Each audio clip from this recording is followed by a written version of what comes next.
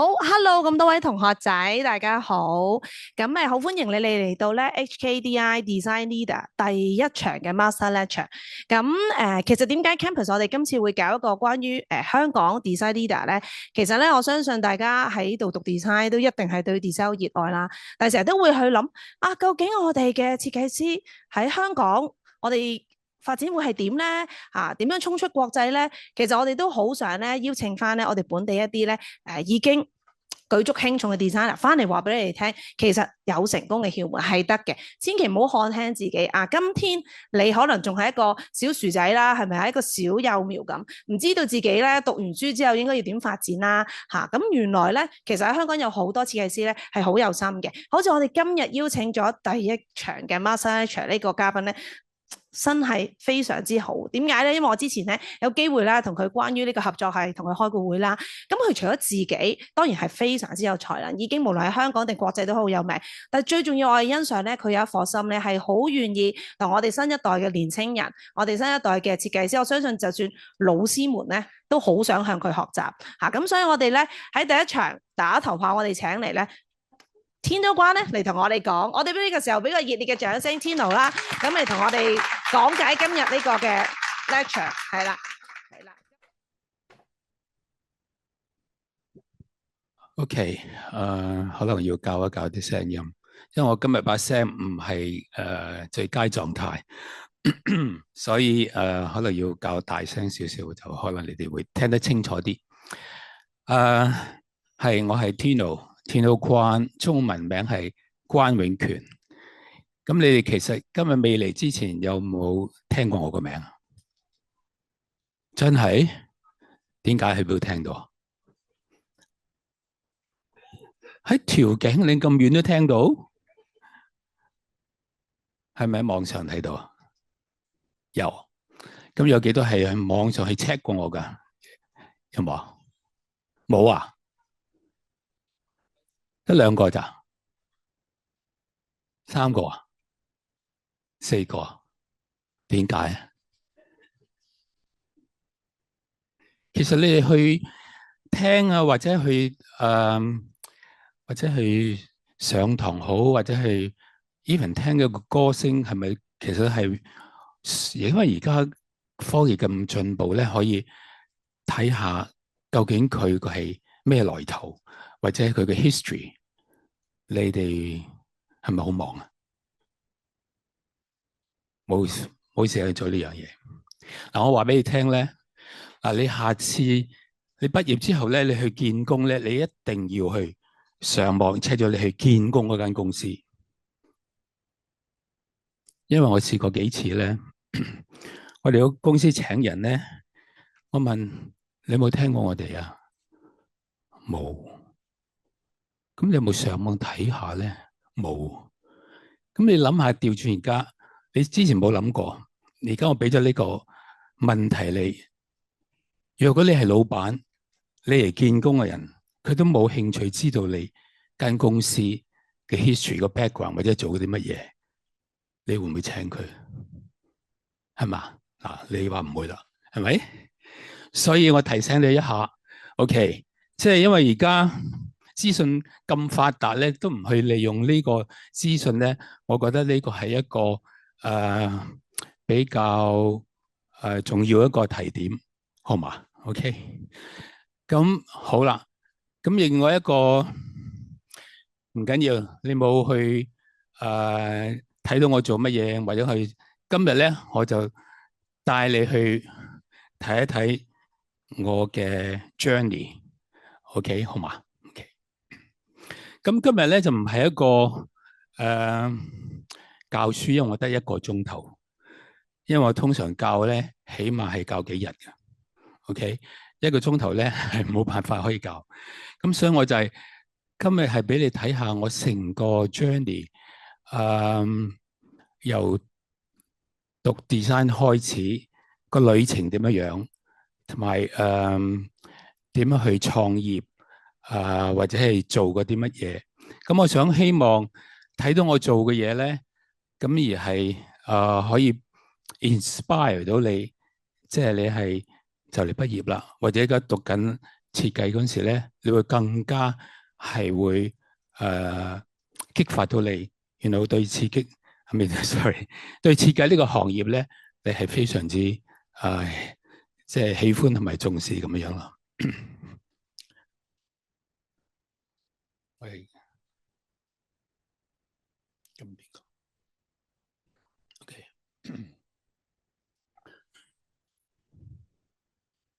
好，我係一個土生土長，即係我唔係話嗰啲喺香港出世啊，或者喺美國出世、英國出世，又或喺外國讀書嗰啲，唔係。我諗我好似係你哋咁嘅樣，都係香港出世，或者喺而家香港讀緊書啦，係咪？咁呢個我係細個嗰陣時嘅相。咁同埋咧，我又唔係出生喺呢個咩富貴家庭，係一個叫做咩康咩家庭嗰啲啊，嚇小康之家咁嘅樣。OK，咁我中學讀書嗰陣時啊，小學讀書都唔係最叻，咁就但係中學畢業讀到去 Form 6、Form 7之後咧，就諗住去繼續進修啦。咁啊諗下 Hong Kong U 啊，咁嗰陣時嘅 Poly 咁啊，咁就我舅父咧就做設計嘅，咁佢就encourage 我去 Poly 去入去考試咁樣樣啦。咁呢個咧就係1971年，你哋全部都未出世噶啦。OK， 1971年咧，就考入咗去呢個 Poly。咁呢度係有30個同學，即係29個同學啦，包埋我係30個。咁我記得好記得我第一日翻學咧，個老師就話：恭喜你哋，你哋一定係有一定嘅水準，因為你知唔知嗰一年咧係有2000人報名，200人考試，只係取錄30個。OK， 咁我哋呢班咧就係嗰30個啦。OK， 咁係喺 Poly 幾年，我哋嗰陣時係讀3年啫，係我哋即係我自己人生係最開心嘅，因為讀 design 係真係好好玩嘅。比較冇咁拘束啊，亦係因為點解我哋感覺到咧，其他嗰啲聽到其他嗰啲 department 啊，譬如 engineering 啊、accounting 啊嗰啲咧，好羨慕我哋嘅。我哋着咩衫返學啊？有啲整到啲頭髮點樣樣咧？佢哋係非常非常之羨慕。咁所以讀設計係真係一個好開心嘅一件事。咁呢個係73年就畢業啦。咁呢個係其中一個同學咧，就設計一張 poster。咁就我哋成班同學就喺度影相。邊個估到係我嘅咧？又可能有本書喎。一陣間慢慢再問。OK。咁啊，74年咧，其實我第一份工係乜嘢咧？因為我嗰陣時我係讀工業設計，咁就 major 工業設計。當然我哋讀嗰陣時，我哋其實係由開始 art history， 跟住 architecture 又做即係 photography， 係好多唔同嘅範疇去學嘅。咁就我第一份工咧就係做 furniture and interior design。咁就做咗大概半年到啦。又係我舅父。我舅父就話有一間美國公司請 lighting designer， 咁我就以為係 design lighting product， 咁我係應徵啦。咁佢話佢睇完我 portfolio 非常滿意，但係咧就見我面有藍色，就係佢話佢淨係做，佢唔係淨係 product design， 佢係 lighting planning， 但係 product 都係其中之一。咁我話都好咯，咁有 product 都幾好玩啦。咁我想就 join 咗呢間公司。咁呢個係當時嗰啲同事就偷入去老闆房度，就扮佢咧就有啲人拿住個雪茄喺度影咗張相，亦係好值得紀念。咁呢間公司淨係做 hotel 嘅啫，咁所以咧我一入行咧就已經係做hotel 成個 hotel project 咁樣樣，咁所以亦其實又冇諗到係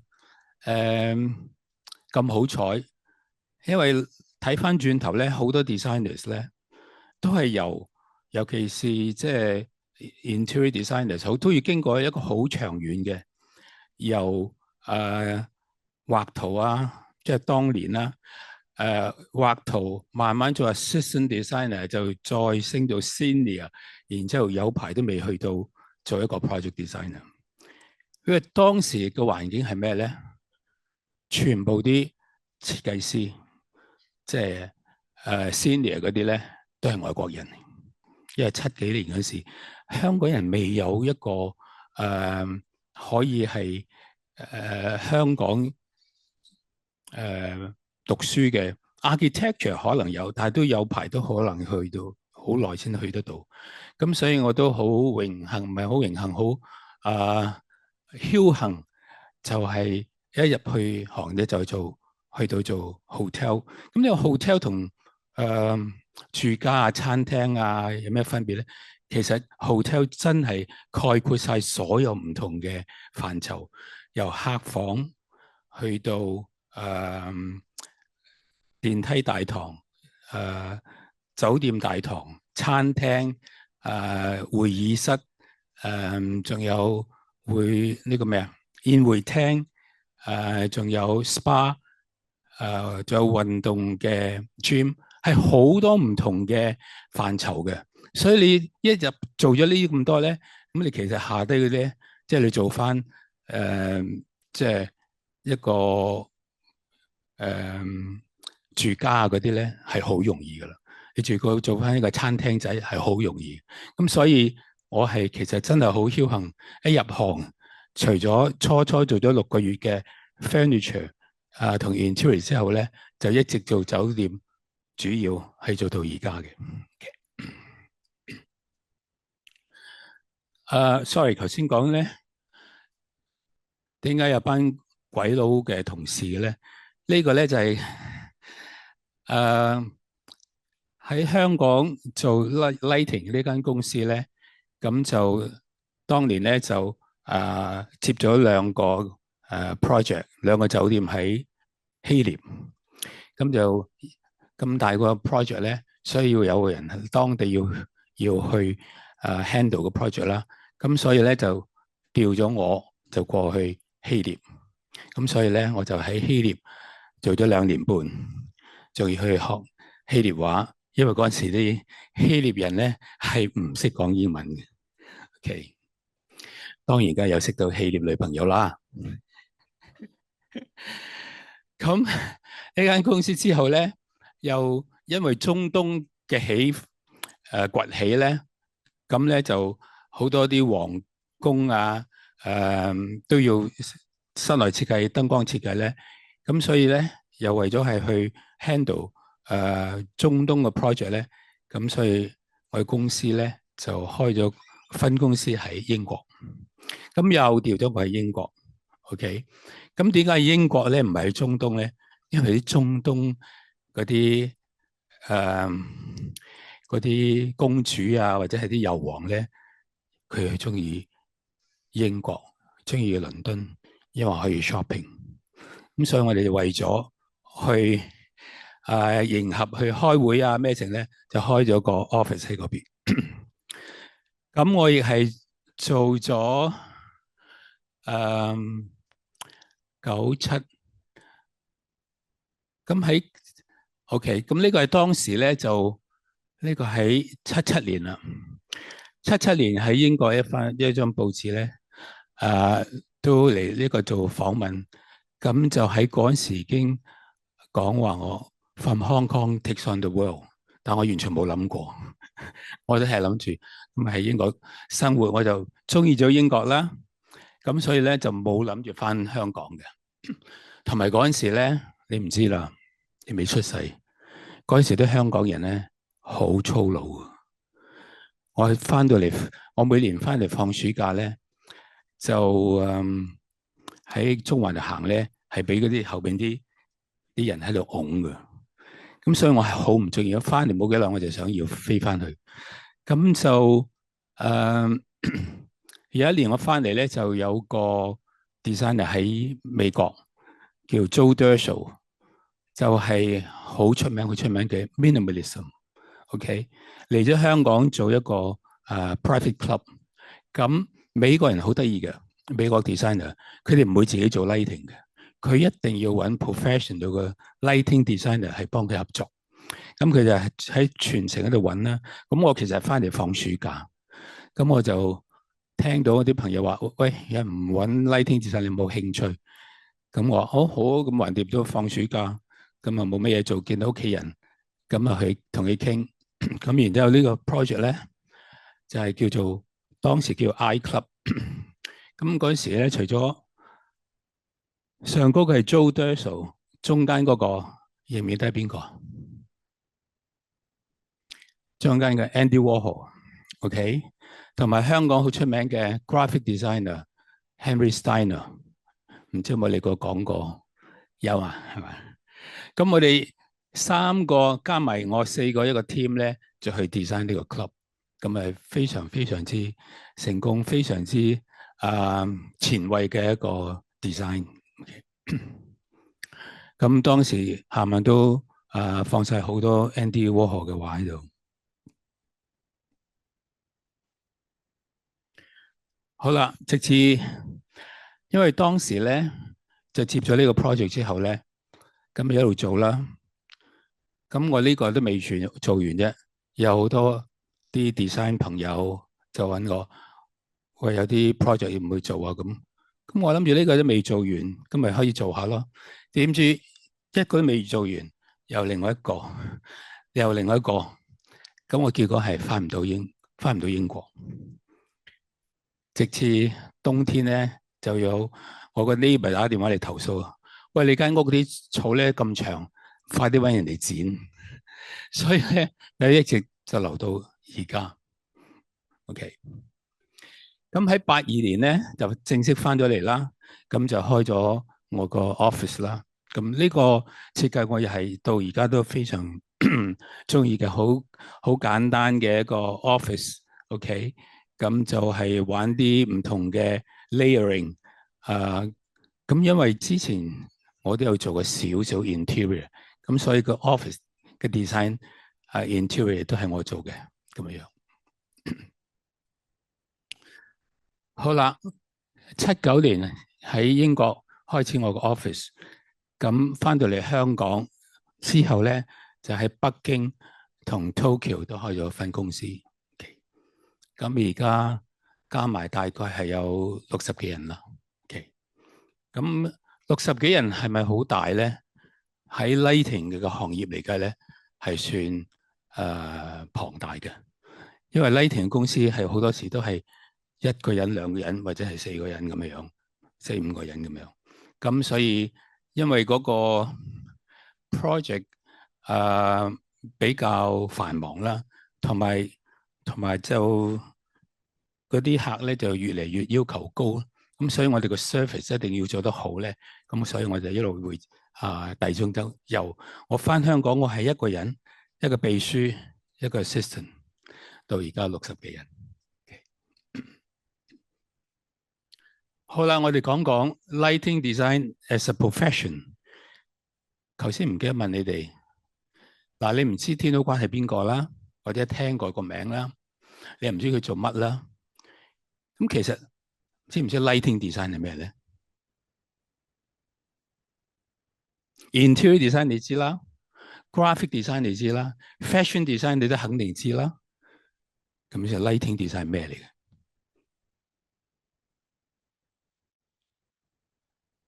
燈光設計係嘛？咁其實係點做咧？咁點做就下回分解。今次咧就講好basic as a profession， 我哋究竟係做啲乜嘢？好未？ lighting designer 其實係有好多種嘅，原來係有 light fitting designer，有 architectural lighting designer，有 stage lighting designer，仲有 festival and event lighting designer。咁 light fitting designer 就係之前我以為我自己會做 product 嘅，即係無論係地燈啊、台燈啊、吊燈啊、所有嗰啲 product 啦。OK， 咁另外 architectural lighting designer 咧，就我而家做緊嘅嘢，就係 overall 嘅 lighting planning。planning 嘅意思唔係話就咁放啲燈上去，因為好多人都會好多設計師或者係則師都可能係會自己去做 lighting planning。佢哋其實就係將整個空間去佈燈，就光就係得噶啦。咁但係冇諗到係其實 lighting design 會係第一要將個 interior 點去帶出嚟 ，OK？ 因為你 lighting 你熄咗燈，你幾靚嘅 interior 都睇唔到。咁但係呢啲 lighting 對嘅啱嗰時咧，你成個 interior 你覺得哇！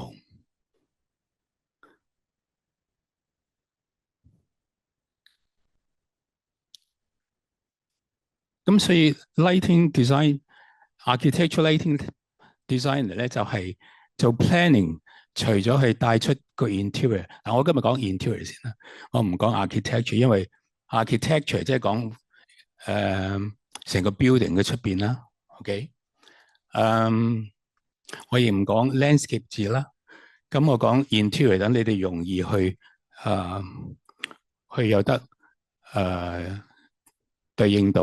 OK， 咁 architectural lighting 除咗做帶出個 interior， 譬如話呢埲牆啊、呢個天花啊、呢個地下啊、或者呢個台啊，去點樣去佈置佈局，而係做出一個氣氛，或者做出搣到每一個空間唔同嗰個 functional 嘅要求。因為呢個auditorium 係同一個餐廳個 function 係完全唔同，同一個住家係完全唔同，所以你會係要對應住嗰個除咗個 interior design 之外咧，係對應佢個 function，OK， 而係點營造出佢需要最基本需要嘅一個 lighting 嘅一個氣氛出嚟。OK，stage lighting 咁大家都知道啦，咁譬如話去睇咩 show 啊、睇咩話劇啊嗰啲，咁係另外一類嘅。咁就我哋就好少接觸噶啦，因為我中意做嘅咧就係 lighting design for architecture for interior 係 long lasting 啲嘅。stage lighting 咧可能做完呢個 show 咧啱啱又拆晒噶啦。OK， 咁樣。咁樣 festival and event lighting 咧就係好可能係恭喜發財啊，新年快樂，即係嗰啲 festival 嗰啲燈啦。或者係即係 event 做一個擺設啊，或者咩嗰啲燈，咁亦係唔係 long lasting 嘅。咁所以我哋今日講嘅咧就係 architectural lighting designer。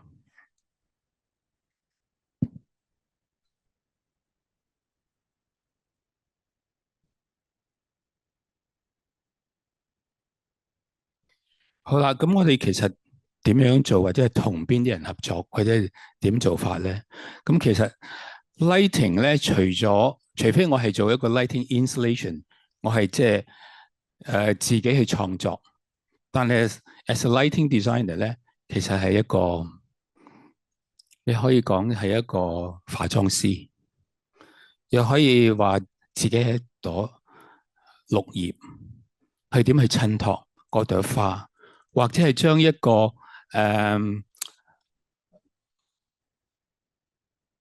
女仔好、男仔好，點樣去睇到佢嗰個輪廓，睇到佢個性格，係點去化妝，係整到佢更加最漂亮嘅一面。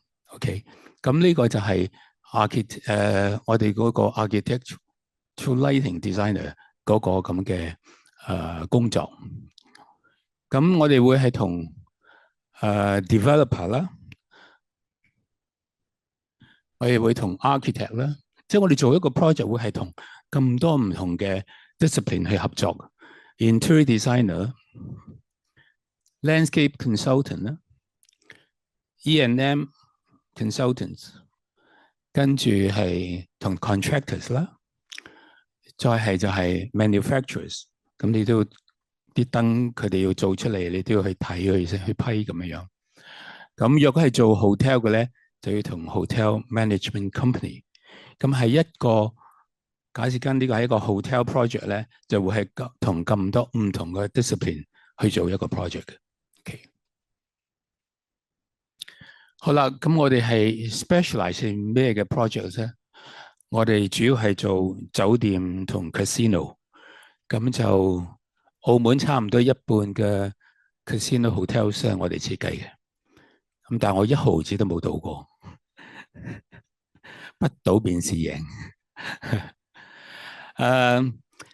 咁酒店都好多餐廳嘅，但係咧好多 standalone 嘅餐廳嘅酒吧都想係燈光會做得好啲嘅，咁都會係做好多 standalone 嘅酒吧餐廳。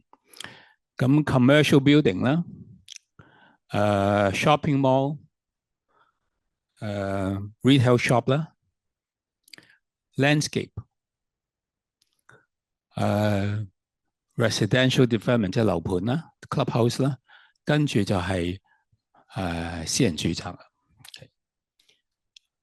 即係我想介紹下，講下一個 lighting designer 佢嗰個其實喺咩 position 咧，係做啲乜嘢咧？做啲咩嘅 projects 咧？可以係 cover 咁多唔同嘅 project。OK， 好啦，咁其實咩係 lighting design？咁咧俗語話咧就係話冇光咧就完全冇 color， 冇光咧係冇個形態、冇個形狀睇得到嘅。冇光當然係 no brightness， 冇光連 shadow 都睇唔到，冇光係 there's no life。點解我咁講 no life 咧？因為咧，我覺得 lighting 咧 is part of our life。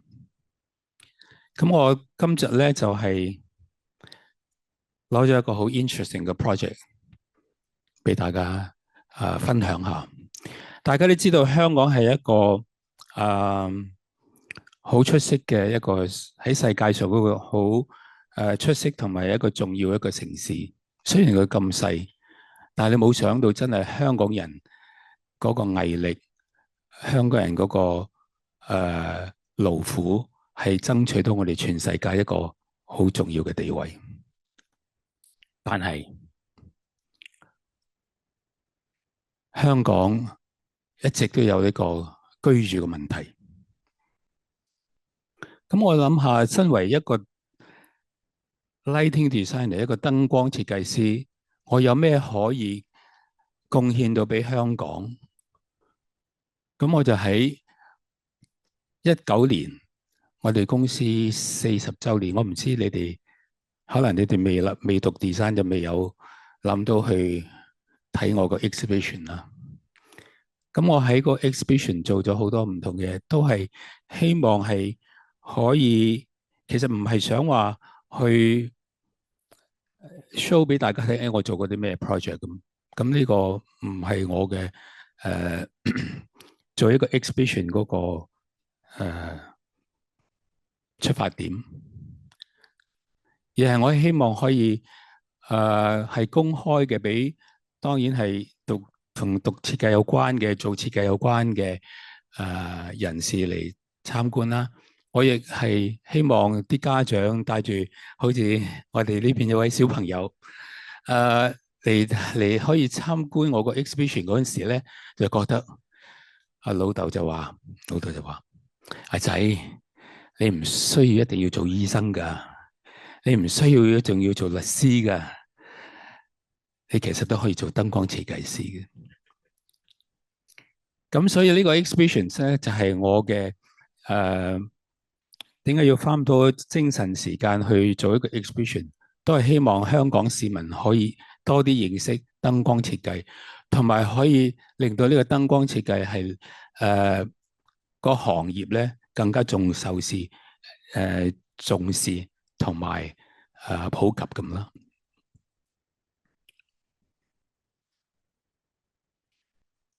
咁呢個係一直以來嘅香港居住嘅環境。咁我係攞咗一個，其實唔係攞咗一個，我喺Hong Kong Art Centre 做呢個 exhibition 咧，我特登攞咗一個空間去1比1做咗一個 nano home，即係話所謂嘅蝸居，只係得18平方米，即係180尺。咁我係由 interior design 開始，因為變咗由我自己主導嘅 interior 咧，我就可以更加貼心貼地可以帶出個燈光出嚟。OK， 咁好快睇睇我 exhibitions。嗰時我哋叫做 Unity of Light。我意思即係話將燈光呢樣嘢去帶晒所有嘅人係聚埋一齊，所以中文名叫光聚。咁係一個做得非常之成功嘅一個 exhibition。咁就入去嗰陣時咧，我係特登設計一個一個 maze 嘅走廊。咁係利用鏡同埋利用真正嘅霓虹光管 ，OK， 都係一個香港嘅特色。咁但係我用嗰啲咧就唔係啲霓虹光管咧，就唔係咩茶餐廳啊、咩當鋪嗰啲，我係用我幫我合作過嘅設計公司或者我個客戶例如1957啦、SLD 啊、梁志天啦、PEL 啦，仲有半島酒店啊、Shangri-La 嗰啲，全部啲 Hilton 啊嗰啲酒店，唔同嘅 project 係做咗我呢個長廊入去嘅一個設計。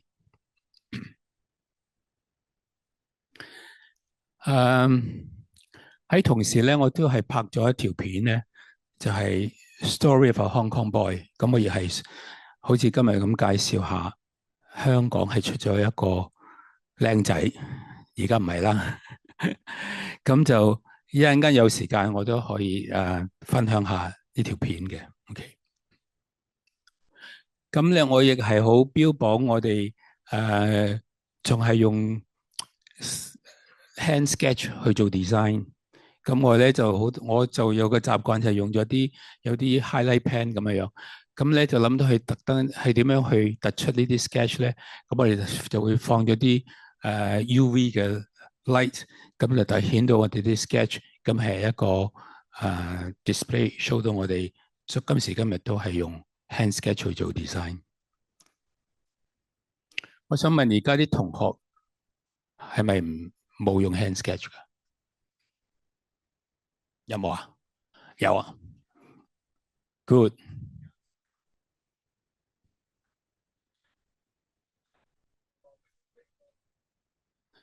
iPad。OK。iPad 都係冇咁直接，可以有盡量就用翻啲筆去做 sketch， 係有多啲情感出嚟嘅，畫條線都唔同嘅。OK， 咁就其實你哋係一個新嘅一批青年設計師啦。咁我希望你哋都因為而家用慣咗電腦，你哋太方便啦。咁但係咧，有機會去嘗試下係用翻筆去畫 sketch。OK。咁喺呢個會場之中，亦係放咗我設計一個 trolley 啦。咁就呢啲就係show 到我哋做嗰啲 project 嗰啲相。咁有一樣我想好提咧，好 interesting 嘅 lighting，即係當我喺度校燈嗰陣時咧，我發覺到咧啲燈光喺度滲出嚟嗰陣時咧，反映落個牆度咧，係變咗一個好似香港一個 skyline 咁樣，一個個 building 咁樣。OK，咁同時我哋出咗本40週年嘅書，咁就呢本就係45週年，係舊年啊前年嘅事。OK，好啦，我哋睇睇呢個 Nano Home 18個 square meter，就喺Art Centre 特登起咗一嚿咁嘅一個空間。咁我好快講講個位置啦。個 plan 就係由呢邊入去，就係我哋個 grooming area，呢邊係當係星盤啦。咁呢個咧就係當係 mini bar 啦。呢個係廁所啦，又係 shower 啦。咁呢個就係嗰個衣櫃。咁呢度有個趟門，趟門入去呢就係 living、working and sleeping。咁入去咧就係嗰邊咧就係廚房開放式，呢個係書台，呢個咧就係 sofa 變床。咁呢個就係電視櫃，下底仲有 storage 咁樣。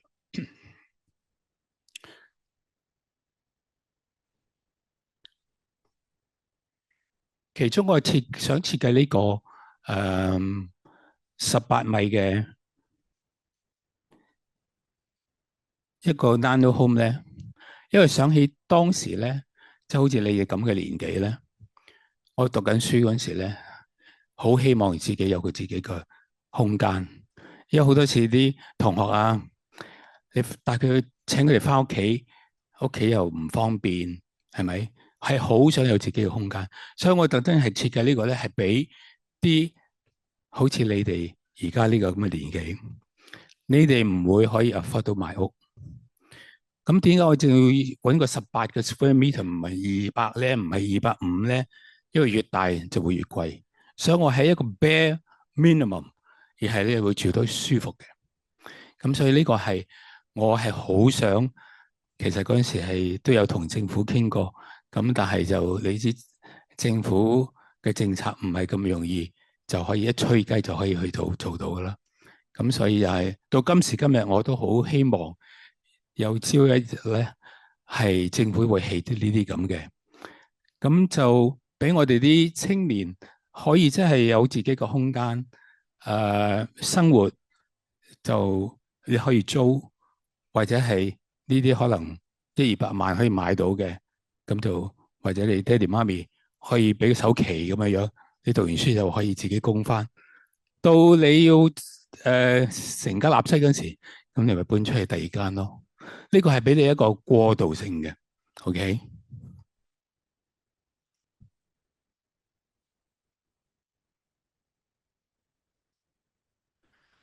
咁呢度係 description of 嗰啲 lighting 咧，因為我今日主要講 lighting，咁但係其實個 interior 都係我自己設計。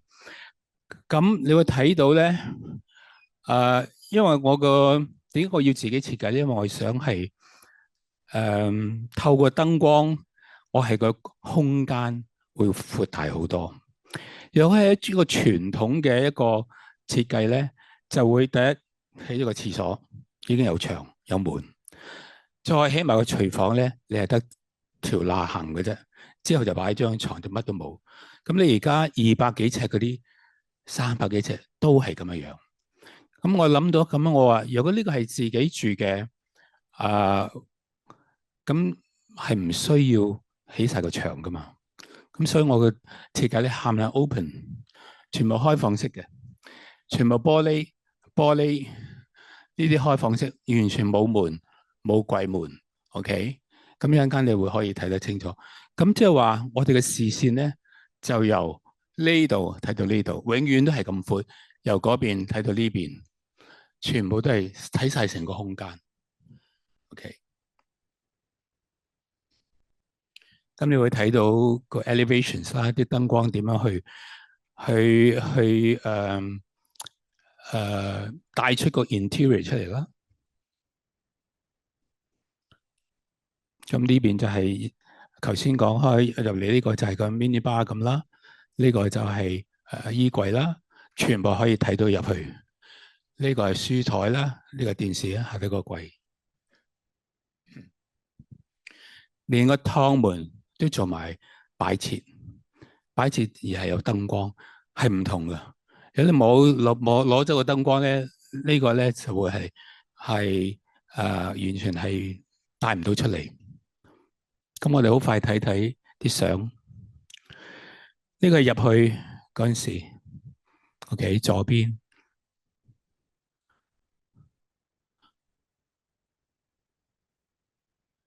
呢個就係洗面啦，呢個地方洗手啊。咁呢個就係呢邊就係 mini bar，隔離呢邊就係嗰個衣櫃。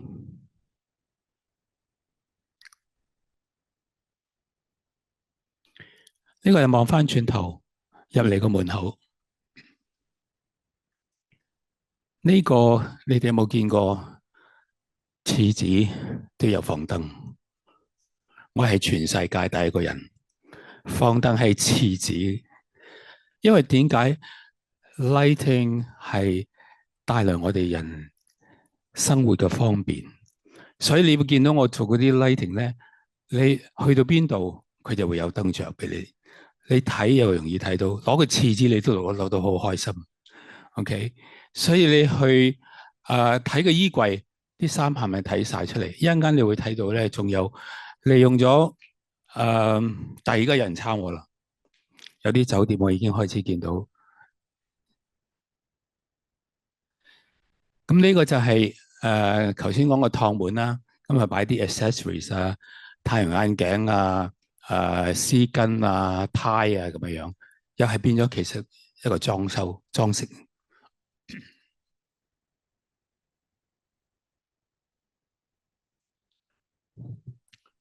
咁呢個係 living working area 啦，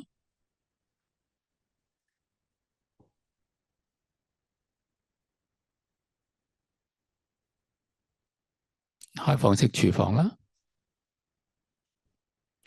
好啦，頭先有講過啲學生好特別對原來燈光係有 color temperature 呢樣嘢，或者你上次好似話去睇過啲廠啊，或者睇過啲燈，而家係進展有唔同嘅 color temperature。咁其實 color temperature 呢樣嘢一早已經有噶啦，譬如話鎢絲燈膽嘅色溫係幾多啊？有冇人知啊？光管嘅色溫有幾多啊？幾多？3200。其實鎢絲燈咧就2400，光管咧係有以前不嬲都有唔同嘅色溫嘅，最暖嘅咧係2700，最白嘅咧係6500。OK， 咁咧就你買咩咧就會係嗰個色溫噶啦。咁但係因為而家係乜嘢啊？有 LED 嘅發明咧，咁 LED 咧就佢係用咗唔同嘅嗰啲 pixel 落去咧，佢可以一個光源，佢可以轉唔同嘅色溫。咁同埋你可以選擇，好似譬如我哋最近我哋 office design 咗新嘅 office， 我哋啲燈咧係由2200去到4500，咁變咗我哋 office 咧係由朝頭早係比較個色溫越高咧，就會係越白。OK， 咁由朝頭早譬如話係4500，慢慢一路落去到4000、3000，然之後2700，夜晚去到2400，有陣時再暖啲就去到2200。咁係隨着你嗰個自然個環境，即係我哋嘅自然環境咩？太陽一路由朝頭早好白色嘅，直到夜晚係 warm 咁樣樣。咁所以係其實係對我哋嗰個人生嗰個叫做咩啊？生理係有關係。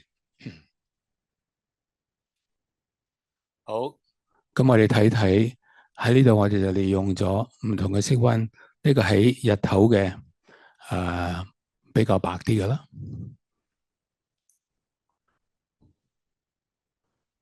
而係夜晚同一個空間，其實慢慢可以變唔同嘅色溫，或者你可以選擇。OK。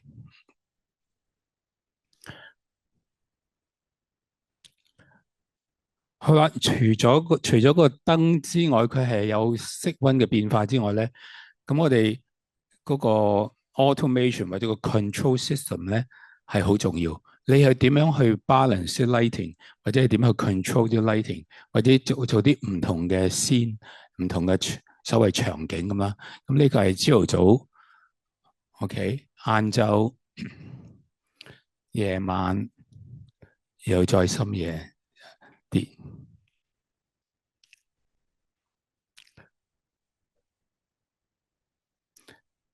咁我想帶你哋，我拍咗一條短片咧，喺呢個 Nano Home，咁就好快睇睇。咁我想你留意咧，係用好多 automation，同埋用好多 sensor 嘅 control。點解我頭先話 lighting 其實係帶俾我哋嘅提升我哋嘅生活質素，就係話我唔需要擔心，哎呀，頭先去咗廚房唔記得熄燈。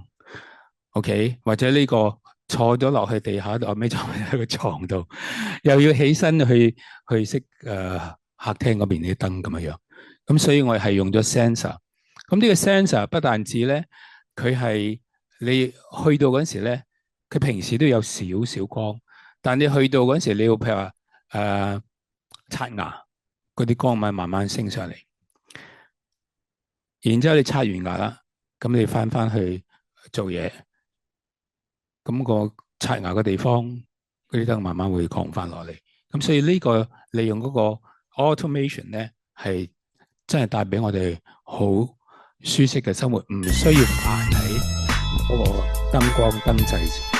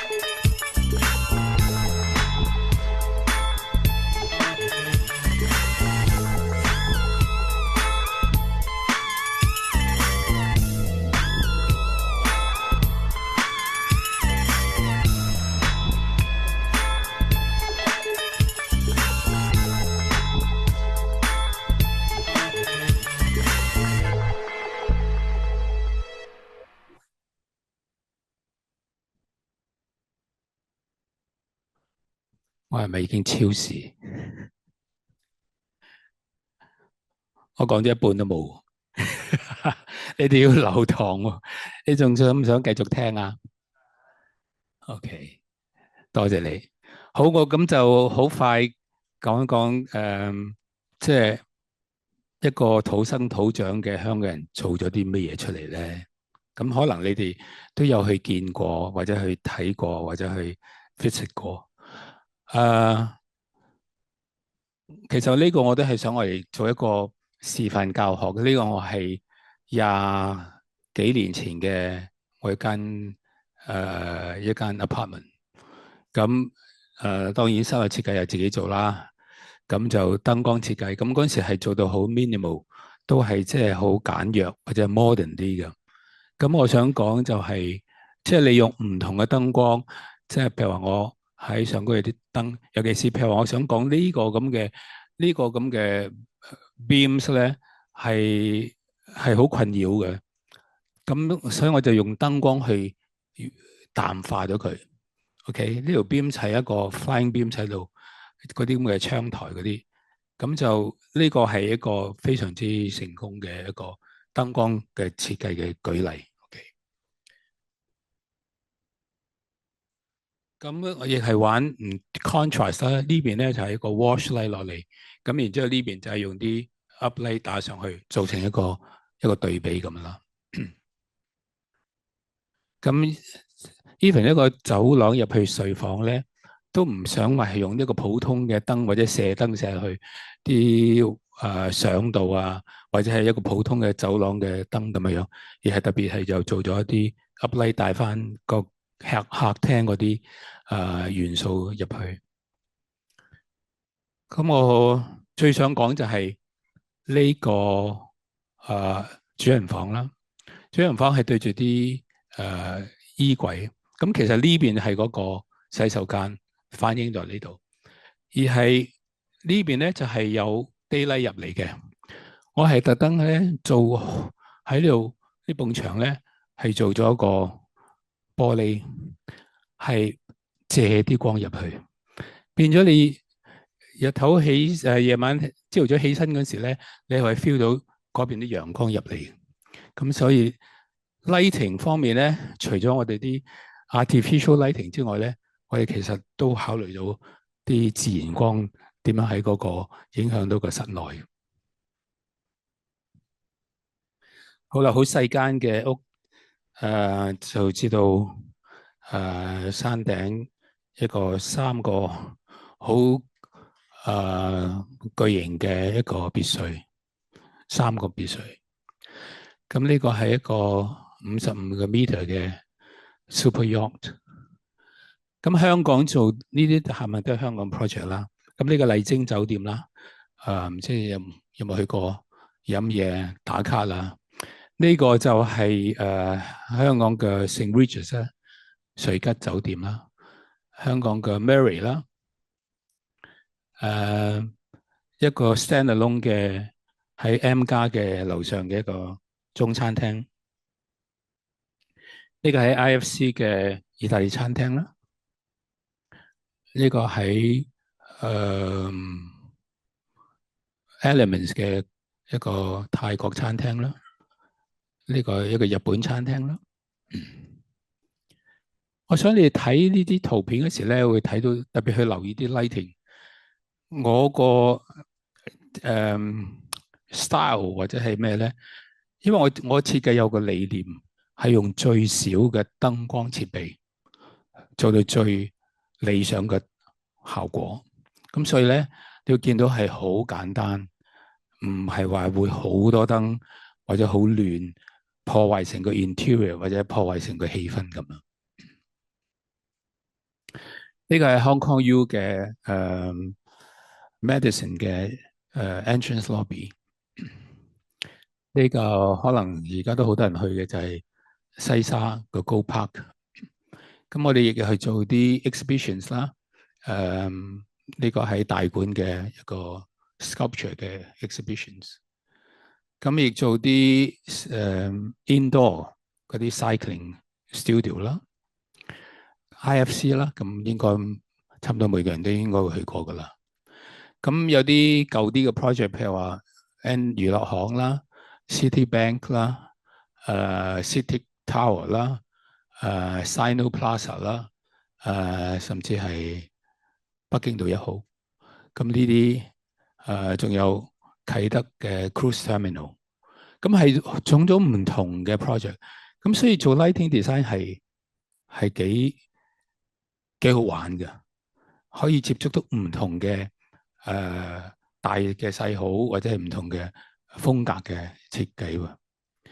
咁澳門呢個比較大嘅上葡京啦，一個中餐廳啦，裏頭有啲商場啦，咁樣。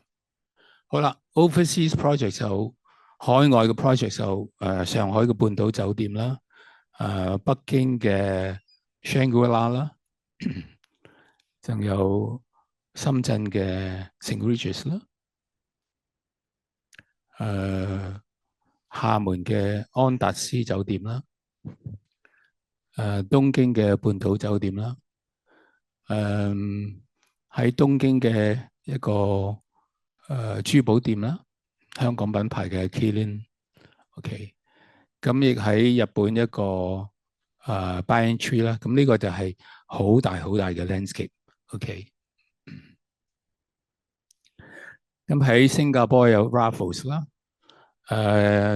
漢城即係蘇啦，就係有 Four Seasons 啦。咁越南嘅一個 Army 嘅廣播中心大廈啦。咁Bangkok 有做 Balenciaga 一個啲fashion store 啦。咁菲律賓有 MO 啦，即係東方文華酒店。意大利我哋做 Park Hyatt 啦，喺羅馬。喺 Florence 我哋做呢個有一個 Uffizi Gallery 係一個 museum 嚟啦。咁喺蘇聯我哋做好幾個唔同嘅 project， 呢個係一個比較大型啲嘅，好多嘅 multi building 同埋一個 complex 咁。喺中東 Qatar 一個 bank building 啦。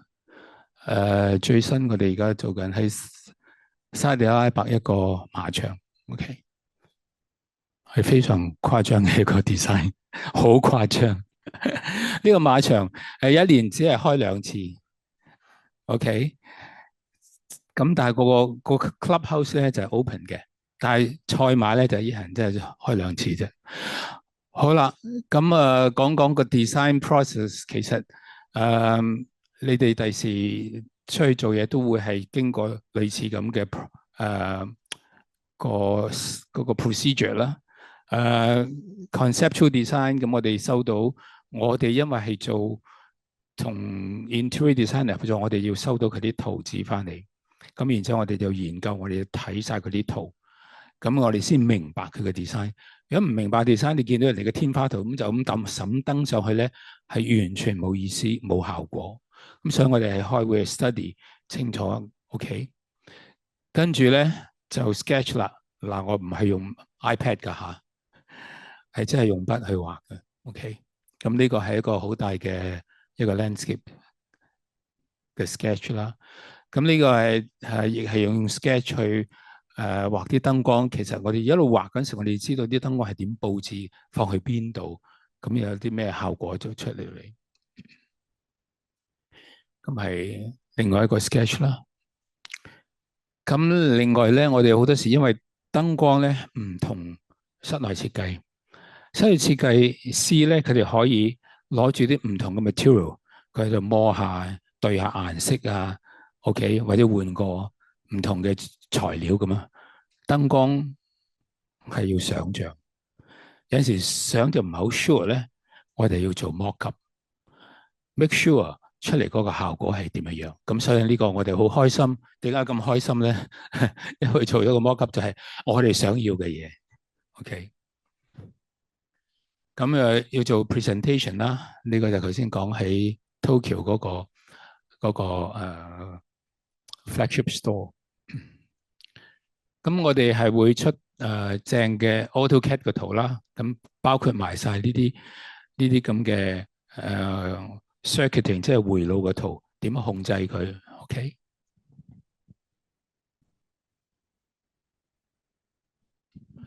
好啦，咁亦係喺個圖紙頭先見到咧，唔係點點一條線，就係一點點嘅燈。咁其實係點安裝嘅咧？咁我哋會出好多唔同嘅安裝嘅 details 嘅圖，就 make sure 出嚟到個效果咧，就係我哋想要嗰個需要。當裝好晒燈啦，咁我哋咧就係上去要去 focus 去校燈啦。咁睇到都好多啲女同事都好踴躍，就上去爬上去校燈。咁當然最高嗰個，咁係最高指示嗰人上去咯。咁呢個係我係真係擒上去嘅，唔係升上去嗰啲。所以係要有一個好嘅體魄，先可以做到一個好嘅燈光設計師。咁我哋最後就係會調試唔同嘅場景啦，即係嗰個燈光嘅 balance 係咁嘅樣。OK。咁除咗我做設計之外咧，頭先都聽到話，即係我係好樂意係分享我咁多年嘅設計嘅經驗，係俾所有嘅後輩啦。咁係包括其實最主要咧，我最多講嘅咧係 professional，即係已經係而家嘅設計師或者而家係嘅老闆，又係去教佢哋認識點去做啲燈光設計咁啦。咁所以 nurturing the next generation 咧，咁呢個係即係教佢哋點樣去做或者係點樣畫啲燈光。咁呢啲係唔同嘅 seminar 好，或者唔同嘅 lectures 都會喺度講解。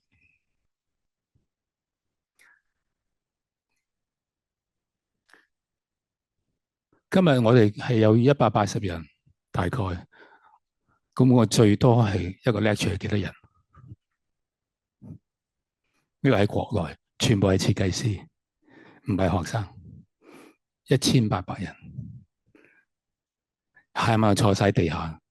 多到係唔夠坐，唔係呢次，呢次喺北京。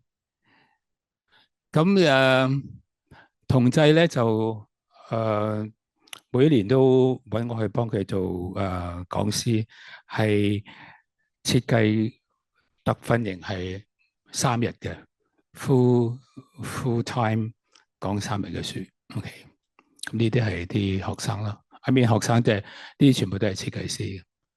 好快講少少啦。呢啲咁多年都唔多唔少都攞到啲獎嘅。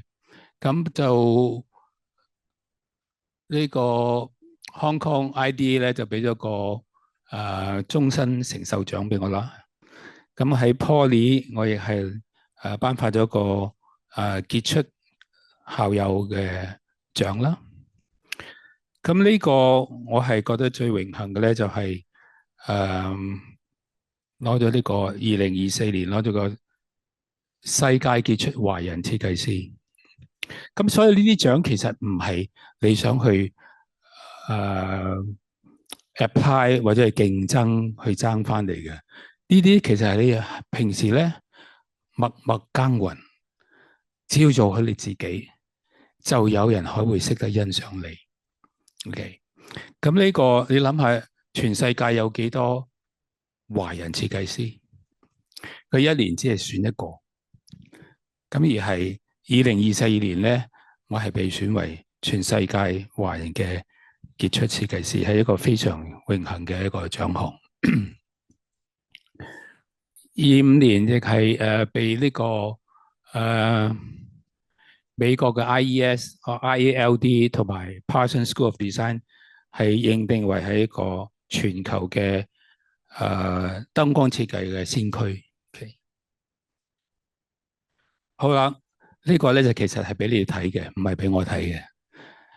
咁我哋做設計，其實我哋第一咧，通常做設計咧就要做 research 嘅。做 research 咧，以前咧我哋就去 library， 而家你哋咧就可以去網上去做 research。OK， 咁除咗 research 做你個設計、做你個功課之外咧，咁我聽講而家啲年青人啦，唔知你哋係咪就比較 spend 好多時間喺打機啊，或者係IG 啊，或者係嗰啲係咪啊？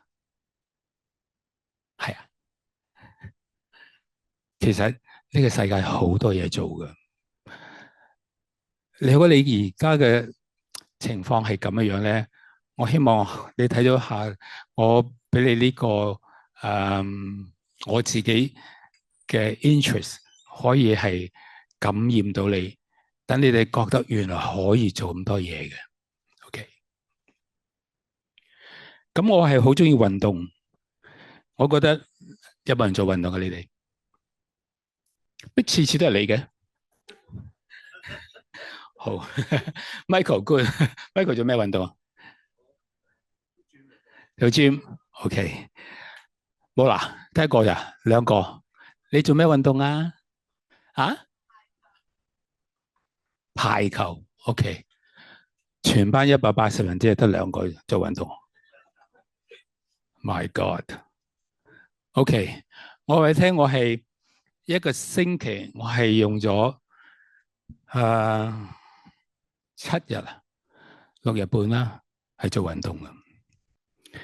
我係一個星期打3日 tennis，有陣時1日有2日嘅 pickleball。邊個識打 pickleball？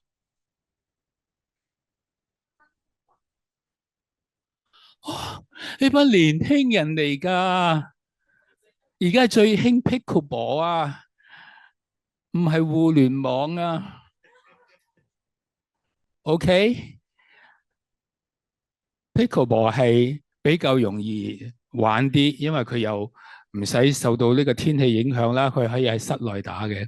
OK，呢個就係 pickleball 版呢個 pickleball 嘅波，好嘛？OK，咁滑雪啦、潛水啦、golf 啦、行山啦、煮飯。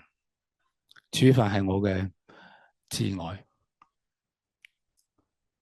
呢個係最近17號，我有一個朋友生日，就煮一餐飯俾佢食喺我屋企。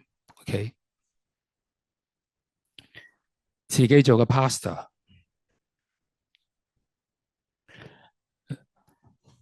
係咪睇到想食咧？燒牛肉啦，甜品，呢個係咪有 professional 水準？咁我係有一班 followers，follow 我煮飯嘅。OK，咁除咗之前咧，頭先睇過咧，我又對佢音樂好有興趣。咁我又學錄歌啦，學 mixing 啦。OK，咁我咧就唱歌添啦。咁呢個就係我唔知你有冇聽過設計界有一個叫所謂4大天王，冇啊？有啊？梁志天、Alan Chan、陳佑堅，呢個就係 Keylin 嘅老闆 Dennis Chan，就係一個做珠寶，一個做 branding。梁志天你識啦係咪啊？室內設計，咁我做燈光設計，4個都唔同界別。OK，咁影相啦，影相其實就係你哋攞住個手機都去影。不過我好多時都覺得我啲同事咧影相就好求其嘅，其實係你用少少心機咧，你可以影得啲好靚嘅相，你可以去 keep。呢個先好笑。呢個咧就係以前我都唔係用呢個牌子嘅，第一買咗個牌子之後咧就慘咯，就成日俾人攞錯咗，咁我就嬲起上嚟翻嚟咧，我就喺我呢個停車場屋企嘅停車場喺度開檔，喺度畫晒所有嘅 remover 嘅結。Okay，好啦，頭先講 hand sketch， 如果你用呢個咩咧係畫唔到嘅，用 iPad 嗰個感情，每一個 stroke 個感情係有喺度嘅。你要用可以用咩 media 都可以。OK，咁呢啲其實我係放假嗰時去畫嘅寫生嚟。咁亦係其實呢個書法唔係我唔係我特別係要做嘅，而係我太太咧佢就學書法，咁佢係抄心經，咁我又學下佢，咁又抄得似模似樣咁咯。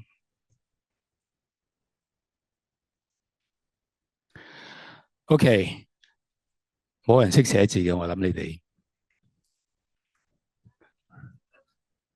呢個我係俾我公司啲同事去練習，因為我入行嗰時咧，全部都係手寫字。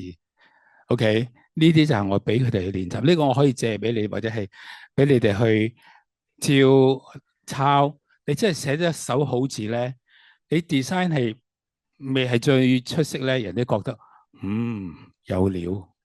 OK，聽我講呢個我要講翻，我舅父係帶我入呢個設計個行業。佢話咧，人哋睇你一條線啊，就知道你有幾多功力，畫一條線。OK，咁跟住寫埋字就更加好啦。我哋應該好快完噶啦。咁除咗呢個咧，咁我都會有做啲 product design 啦。咁因為手痕啊嘛，咁我係有同咗幾間廠係設計啲，咁係做咗出嚟啲燈具啦。另外有一個難題，有一日咧，王家衛俾電話我，你哋識得王家衛嘛？OK，我唔識佢嘅。佢俾電話我，佢話 Dennis 介紹我，叫我揾你話全香港最勁嘅燈光，咁我有啲咩可以幫到你？佢話我有一個拍賣嚟緊，我有啲以前拍戲嘅嘢攞出嚟去拍賣。咁去拍賣，咁你唔可以攞咗呢啲咁嘅呢個叫咩啊？春光乍泄有冇睇過？可能你哋未識。春光乍泄嘅 poster 嘅黑白底片，叫我攞呢4張黑白底片去變咗 art，而係攞去拍賣，係咪真係有少少揾我笨咧？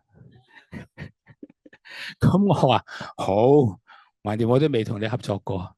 咁後尾原來你係聽到咧，王家衛係我師弟嚟嘅，佢都喺理工畢業，唔係佢喺理工讀，但係佢未有畢業，因為佢太叻啦，即係佢讀到唔知1、2年咧，佢就出咗去啦。OK，咁我就拿住呢4張，因為印刷咧係有分色嘅，叫做4色印刷，有黃色啊、藍色啊、紅色啊，同埋仲有咩啊？黑色係嘛？4色印刷。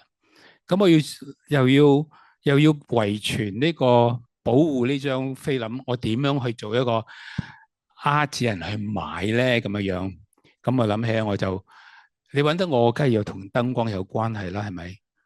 咁我就將呢個4個菲林咧，攞個 acrylic 去夾住佢。咁即係話呢個第日你唔要咧，你都仲可以攞翻個 original。即係我要諗到咁細。咁我就利用嗰幾個顏色咧，我就係做咗個呢個出嚟啦。我就係喺個 acrylic 咧，我係做咗唔同嘅雕塑 engraving。OK， 咁係做咗呢4幅，每4幅都唔同。咁呢個係拍賣嗰陣時係超出底價好多。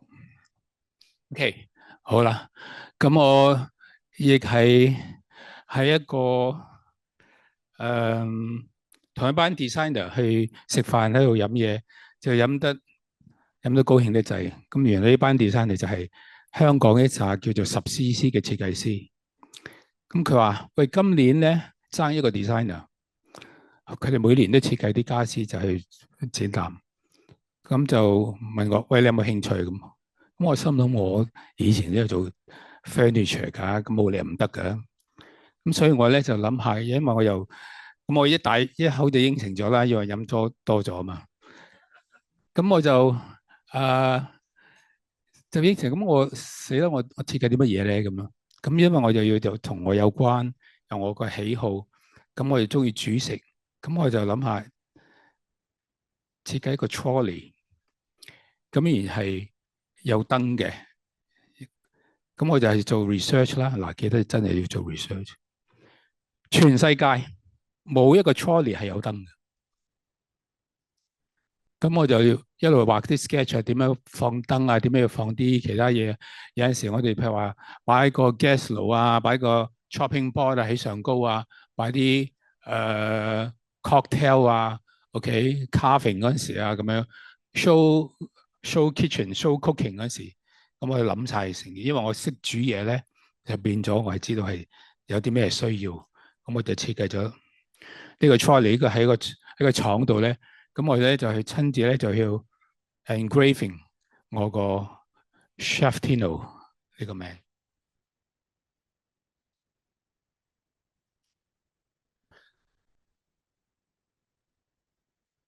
呢度都有做 fashion design 嘅咩？有冇啊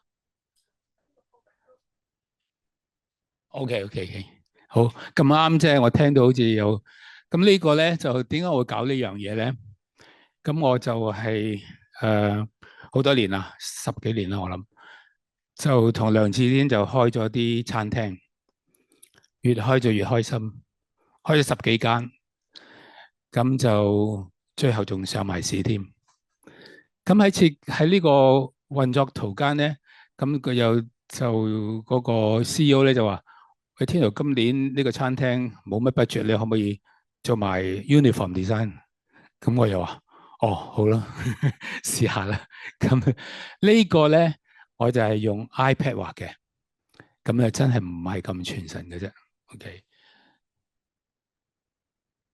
咁我就設計咗一個系列係 for 呢個我哋自己嘅餐廳咁。咁呢個就係上市嗰日啦。好啦，頭先做完設計，亦係好多唔同嘅 interest 去 build up 自己，對自己嘅身心或者係身體，即係要維持啦。咁亦係對香港我哋個燈光有咩可以幫到香港嘅居住環境啦，我又做過啦。咁亦係都係想係最多點樣去回饋香港啲青年人。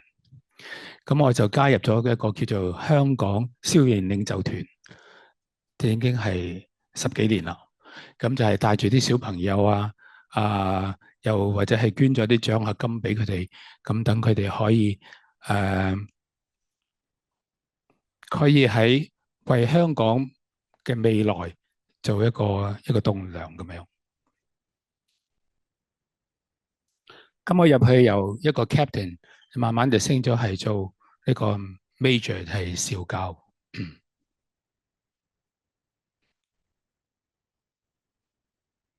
咁呢啲係一啲花絮嘅相。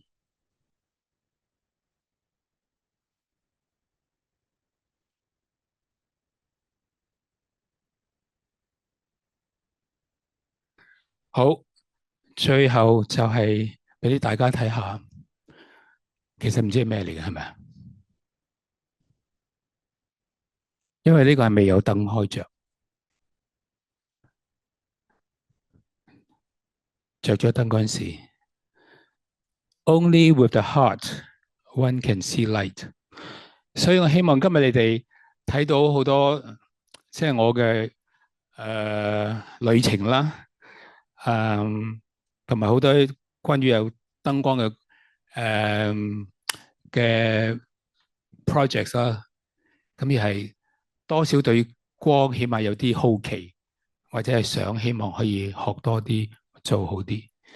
咁而係頭先你好清楚睇到咧，燈光係真係要自己去感應出嚟，因為佢觸摸唔到㗎。OK，你想像到，人哋想像唔到。你要係想咁做咧，你可以話俾人聽，人哋未必係諗到你想係個出嚟嘅效果係點。OK，所以對我哋去做燈光設計或者睇燈光時咧，我哋係要用個心去感應出嚟。OK，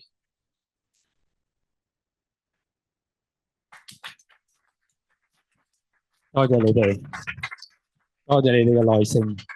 我係超時到係咪？我哋仲有冇時間睇嗰條片啊？好，可以，係啦，我哋播埋先。播埋條片好嘛 ？OK， 好快啫。有冇聲音啊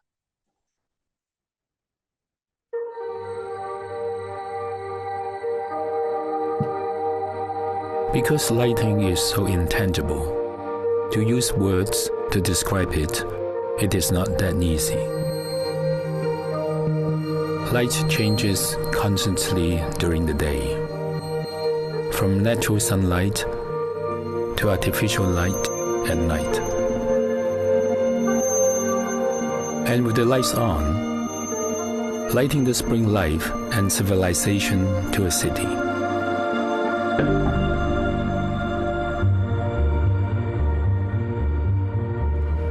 It seems to me it is a visual language that reveals a city's unique character. I actually prefer the old Hong Kong. I guess I'm lucky to be able to witness the evolution of lighting from the very beginning. I grew up in the 50s. At that time, lighting was very basic. It was mainly for illumination purpose only, which meant to make everything bright, and that was all. With the continuing development of new light sources, one can see how light has painted a different picture of our city.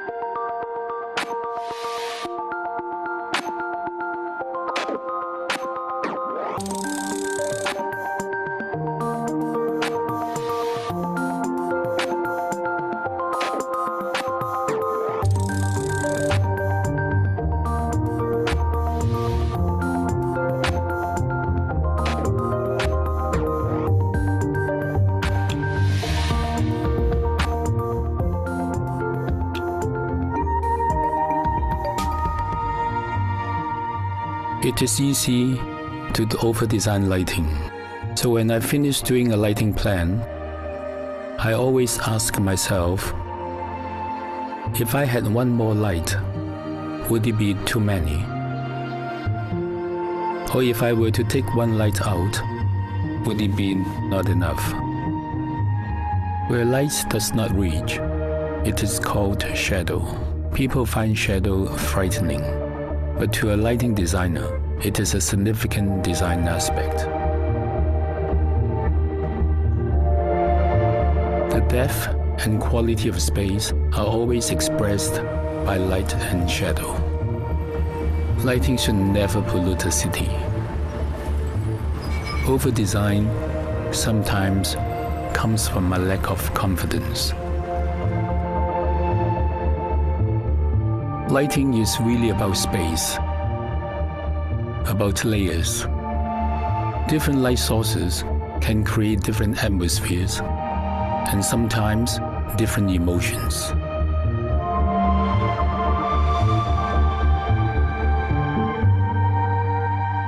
Architectural lighting design can change a building's physical form into a piece of living architecture.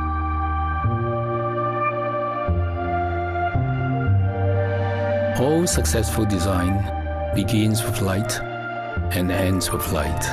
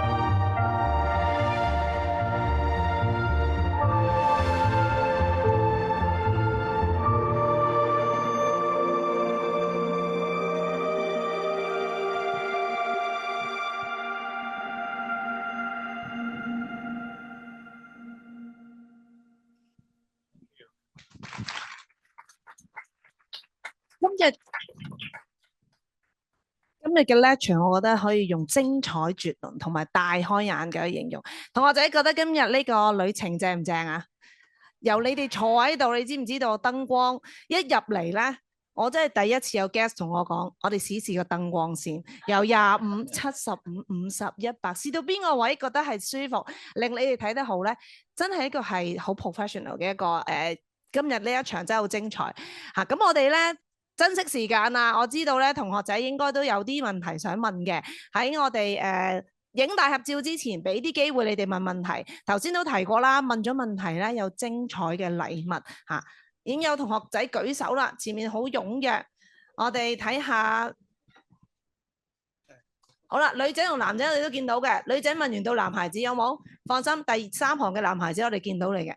睇嚟你本書真係好受歡迎，佢哋好想攞到。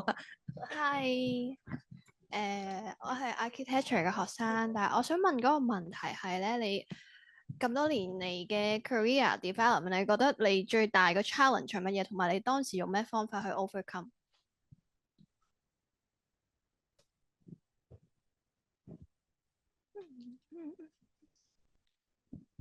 真諗唔起有咩 challenge。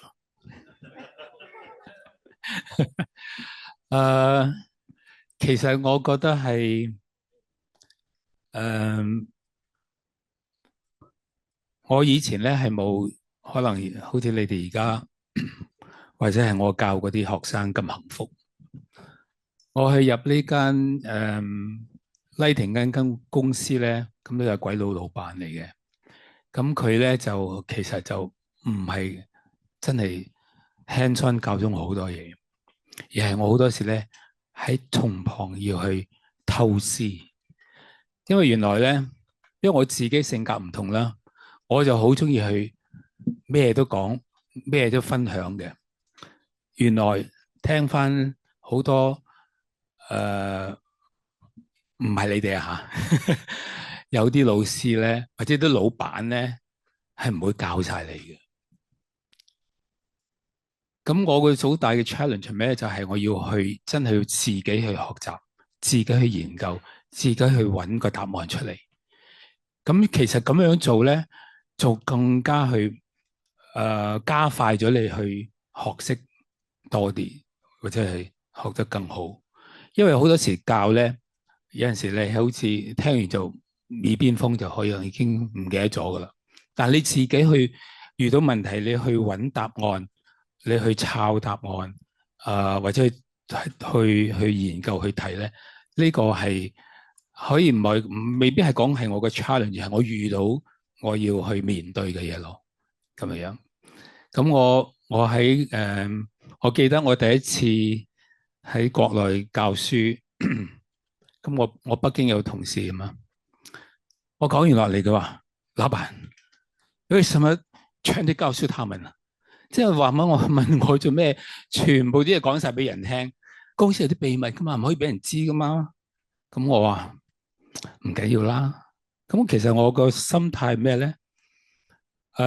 第一我係唔可以，我自己嘅性格，我唔可以 hold 住啲嘢講一半俾你聽。我一日唔好講，我講我就要講晒成件事係點咁樣。咁我再諗深一層，就係其實我每日到而家係今年幾多年啊？46。我成立公司46年，我而家仲係好 hands-on 喺度做緊設計。咁我每個 project 都係學緊嘢，即係學緊嘢意思，即係有進步。咁我心諗，我教你100%，你可能錄得50或者60叻啲 ，OK？ 但係你就已經可能冇咁嘅機會一路進步，或者要好多時間。但我係每一日都會進步，每一年都要會進步，所以你永遠係即係佢哋永遠追唔上嘅。所以我係冇問題可以係 100% 分享我自己嘅知識咯。咁好，同學仔一間唔好走住，一間送禮物俾你啊！係啦，前面呢個男同學係啦，你好，我叫 Tim，我有其實有4條問題，方唔方便全部答晒咧？四我哋條，我哋揀4條問題一條最你精睇下人哋，準嘅，一條你後邊啲一條同學仔俾唔俾你先？因為咧，我驚呢本書你唔可以收4本嘅，所以問一條最精彩，你最想問嘅係好冇？即係啱睇完你嗰個分享啦，睇到你係當時 Poly 2000人嘅嗰2000%30%啦。到如今咧咁大嘅成就，其實可以感受到你嘅人生真係好順利。但係咧，我對其實你對於一啲咧想去到世界度咧，去到即係想去到一個咁高嘅舞台咧，但係遲遲都不得志咧嘅人咧，即係嗰啲當時冇 Poly 3個以外的嘅人，又或者人生冇咁順利嘅人咧，你有咩建議同埋話語俾佢哋咧？其實你睇到我順利啫，都唔睇到我背後嘅艱苦。頭先我都有講過，其實你最緊要係做好自己。我第一由開始讀書或者畢業，我冇諗到我會係喺呢個世界個舞台係有一個站腳咁樣，係冇諗到。亦冇話好渴望，我係淨係要做好我自己。咁我覺得呢樣嘢係最首要嘅。當你做好自己，同埋好似頭先咁遇到啲咩問題咧，係要自己去，真係要自己去克服，或者去解決咯。咁有啲咩寄語，我諗就係睇多啲，尤其是即係無論係燈光好，或者係你係做咩啊？室內設計，咁係真係要睇多啲。同埋咧，點解我又會做燈光設計做得即係算係成功咁啦？因為我係識得係點樣咧，我係轉入人哋個腦度。咁即係第一，我要轉入去你哋啲小朋友嘅設計諗緊乜嘢 ？OK， 或者係國際大師佢哋諗緊咩嘢？即係諗緊咩嘢咧？就意思佢做嗰設計，佢點解去咁咧？佢點解個 layout 會係咁樣樣咧？點解佢揀呢個物料係咁咧？即係你要去睇多啲，去融會貫通。咁如果你要學咧，你就其實全周街你都係有嘢可以學嘅。咁你就係要去識睇，同埋用隻眼去睇多。睇完之後咧，最緊要咩啊？記住，呢個係你 collect 你嗰啲 data。呢個出嚟用呢個效果幾好啊！咁你有陣時去到有一個另外一啲 project， 你想，你記得呢個係點樣？咁你可以點樣去活用翻出嚟？所以係要睇，但係要識睇，睇完要記住幾時可以攞出嚟。咁有陣時唔好嘅都要睇喎，唔好嘅係咩啊？你嘅反面教材，好嘅你哋就收實啲，記住多啲，好嘛 ？OK。係啦，隻手得閒嗰陣時咧，唔好打手機。我頭先見到阿天龍隻手一得閒咧嘅藝術品就出現咗噶啦，係啦。好，另外仲有一位同學呢度係。你好啊，關先生。咁我就係想問啦，咁平時譬如到依家為止，都有設計過唔同嘅設計啦，咁都有到高山低谷咁。咁有冇話，譬如有一句説話或者一個理念係到依家都係惦記住，或者係到依家都係不斷咁提醒緊自己，又或者係有一句説話想贈俾我哋而家呢個咁多位同學咁。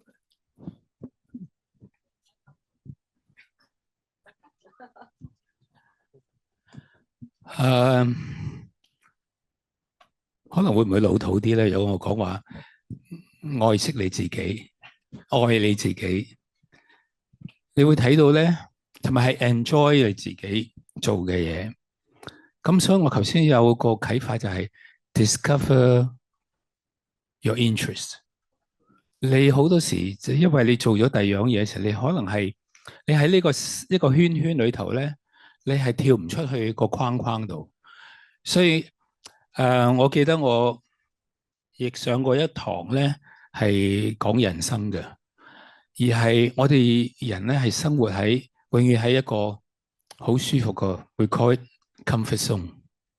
OK，咁我想你哋或者學識咧，因為你嗰陣時你冇上過呢個 course，呢個 course 好 intense，上到全班人都係喊晒嘅。OK，咁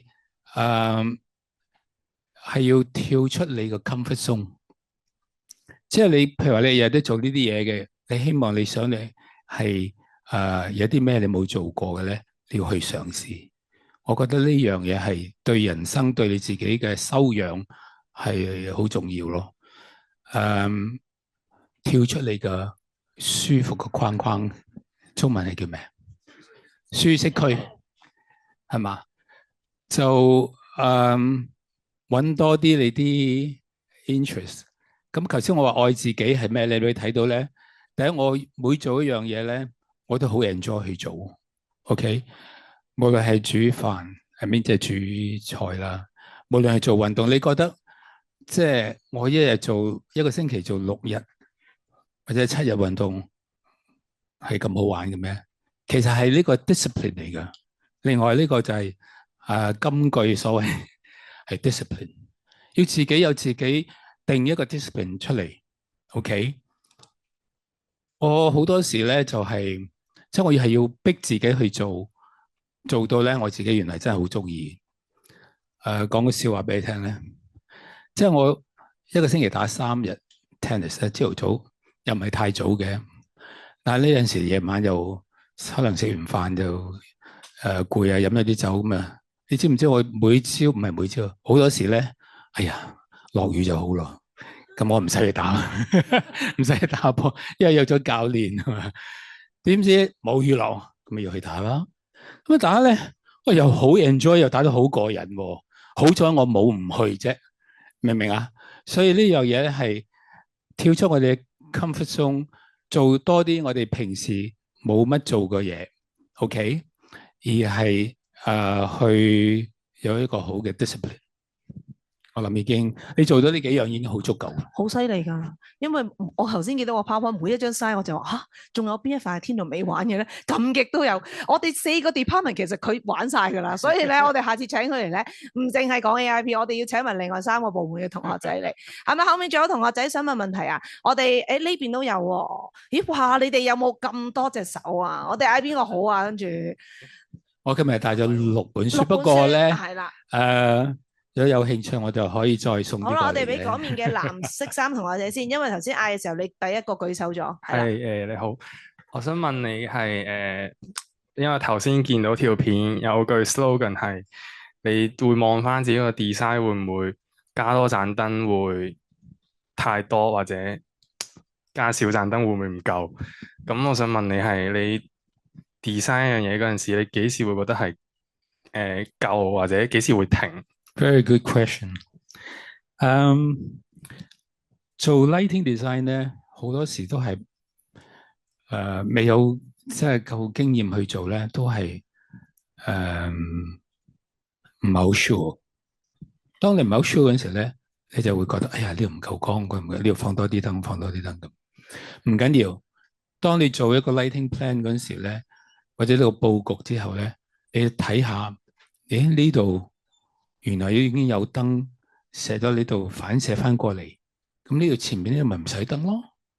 咁就係每一個位去自己去睇邊啲地方係可以攞走嘅，因為唔係話，因為要考慮到其他原來呢度有個吊燈喺度嘅，咁你呢度咪唔使咁多呢啲天花燈咁樣喺度咯，明唔明啊？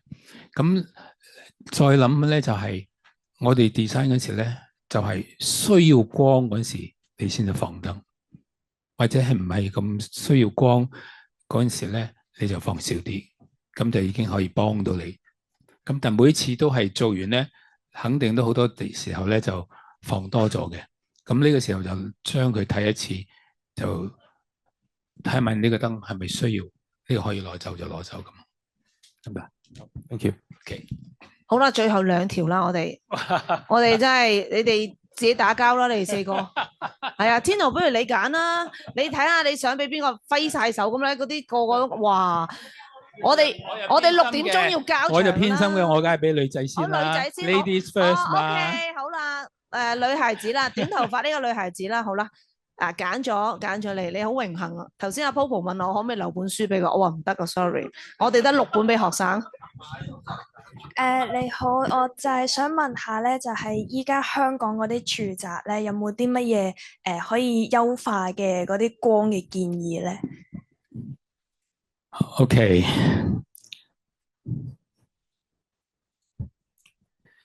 香港嘅住宅咧，你通常買樓或者我哋而家做好多啲樓盤咧，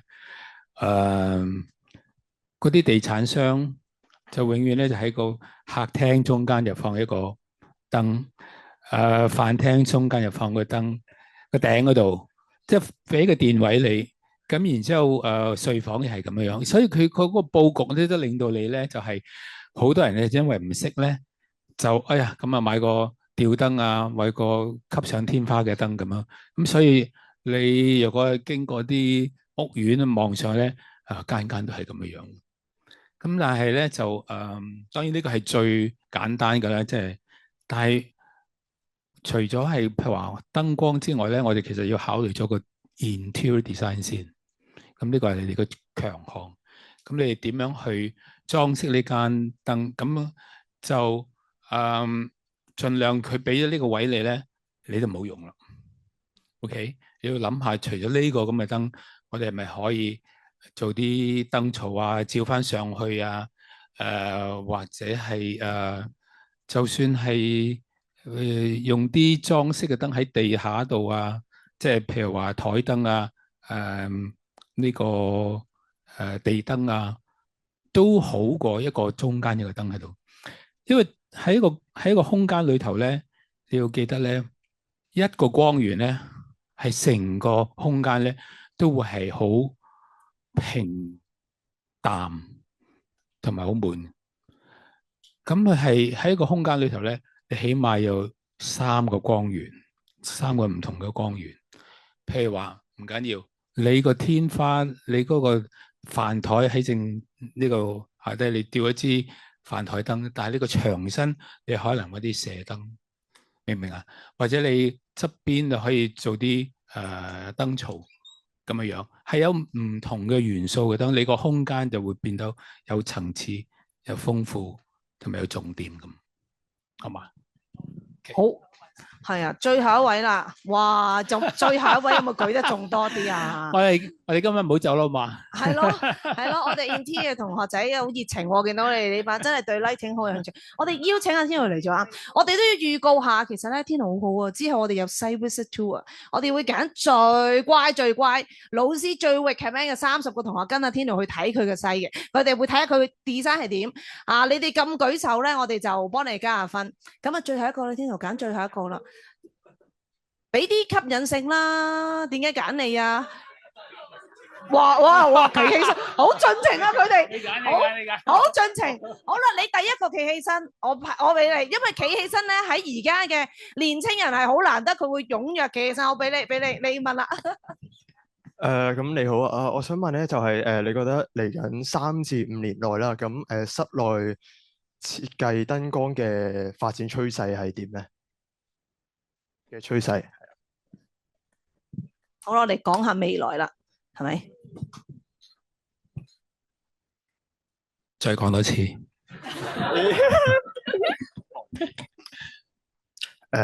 好，我想問嘅就係，你覺得嚟緊3至5年內室內燈光設計嘅趨勢係點？發展趨勢係？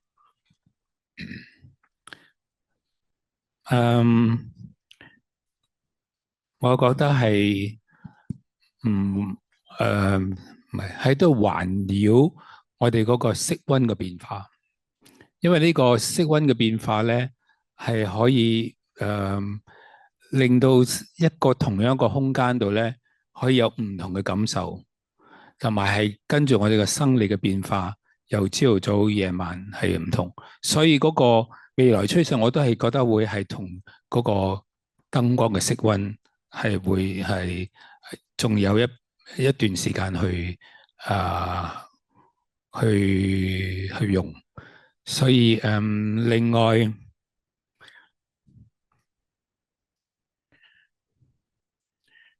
我覺得係可以多翻啲裝飾嘅燈。裝飾嘅燈咧係俾到你一個溫馨啲嘅。裝飾嘅燈係咩咧？我只係嗰啲譬如話地燈啊、台燈嗰啲，因為咧天花嘅燈咧永遠都喺上高，咁你照落嚟咧，除非你係即係有唔同嘅角度可以照到唔同嘅 area， 但係如果你係一個好比較廣泛啲嘅照明咧，係嗰個氣氛出唔到嚟嘅。咁因為喺屋企我哋而家都想係有溫馨啲啦，咁就係其實有陣時咧唔需要太多個燈嘅。譬如你一間房呢度一支地燈，嗰度一支 desk lamp， 嗰個反射。我今日唔係講書，但係咧我想講咧，其實燈光咧係唔好睇少個反射個作用。你如果我講一個舉例俾你睇咧，如果你喺一間房度，你唔需要開燈，你嘗試點一個蠟燭出嚟，個光度係點樣樣？